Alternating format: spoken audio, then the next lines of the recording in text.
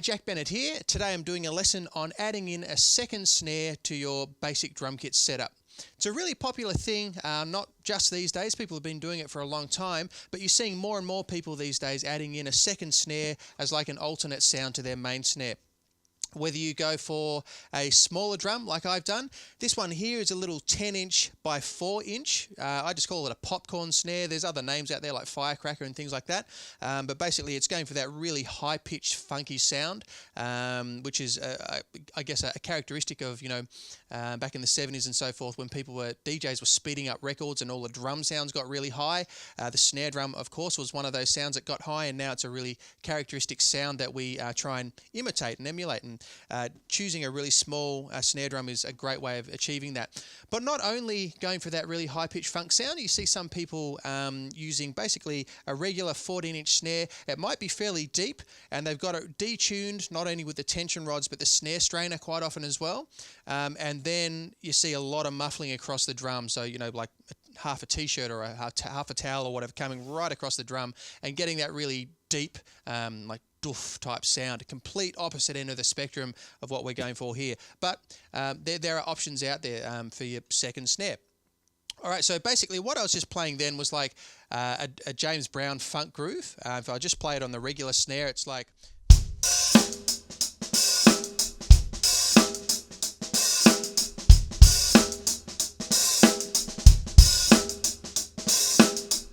Okay, and you can see the notation in the PDF below. So basically you're opening the hi-hat on beat 1 and 3 and.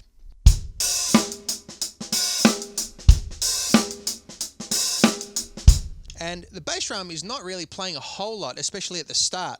You can just play on beat 1 of every bar, or you might want to play on beat 3 and as well, like 1 and 2 and 3 and 4, 1 and 2 and 3 and 4. Or you might want to play on the 4th 16th of beat 1 as well, like...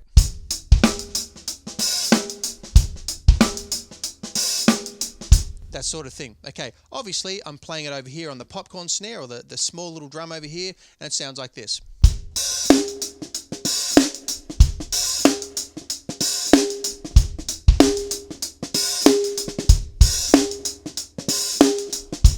Now, where I think this stuff gets really interesting is when you're using this sound, but then you bring the original snare drum sound in as well. And you'll notice in the introduction video when I was playing there that the right hand was coming across and playing kind of in between the left hand backbeats over here. It was playing on like 1 and different things, and even bringing in the other toms. And if you had cowbells and splashes and stuff, that'd sound even funkier again. But even just sticking with 2 snares for now,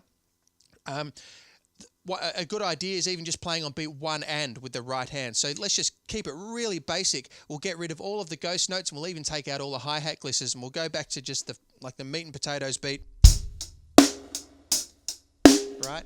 All we're going to do from here is bring the right hand over to the main snare on beat 1 and. Right? So 3, 4, 1 and 2, 3, 4, 1 and 2, 3, 3, 4, 1 and 2, 3, 4, 1. Now we'll add in the snare on beat 4 and. All right? 1, 2, 3, 4 and 1, 2, 3, 4 and 1, 2, 3. Okay, let's do them both. 1 and 4 and with the right hand on the snare. Okay? 1, 2, 3, 4.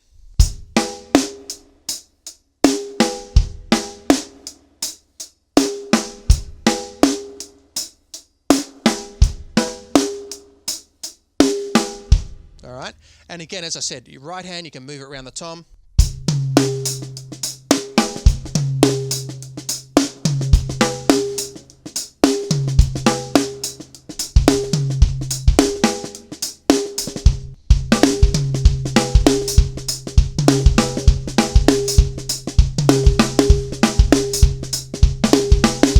From there, you can start mixing things up. You can add in extra bass drum notes. You can start moving the right hand between the hi-hat, the first tom, the snare drum, start playing some different rhythms.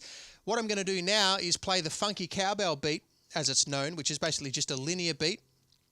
And the notation for that, you'll see it on screen. You can also download it in the PDF. It goes like this.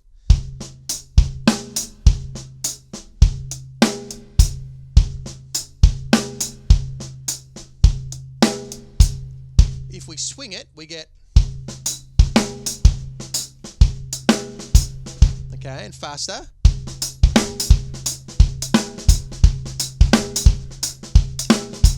Okay, if I start moving that right hand pattern around, start sounding really funky. If I go something like this, 1, 2, 3, 4.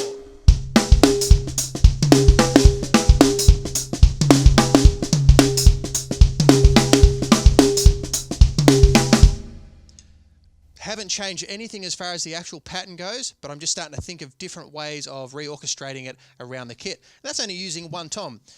I've got 4 toms here. You could be using cowbells, wood blocks, splashes, all sorts of different things. Okay, so it's interesting when you use 2 snares, because they're different pitches and so forth. The rhythms really start to stand out like their own voice. You know, we're talking music about multi-voicing and so forth. Obviously, having different pitches, it really brings things out. I always notice when I play linear beats, whatever beat it is, that as soon as I put the right hand on something really distinctive sounding like a cowbell or a wood block, rather than just playing it on the hi-hat, which is fine, and certainly use that in a lot of applications, but I just find that as soon as you put it on something that has a really clear sound, it just really stands out like its own part. And doing that with the snare drum, with 2 snare drums, is another way of achieving that. So there you go. That's using a little popcorn snare, little 10 by 4 inch popcorn snare. If you have the opportunity to try that, check it out.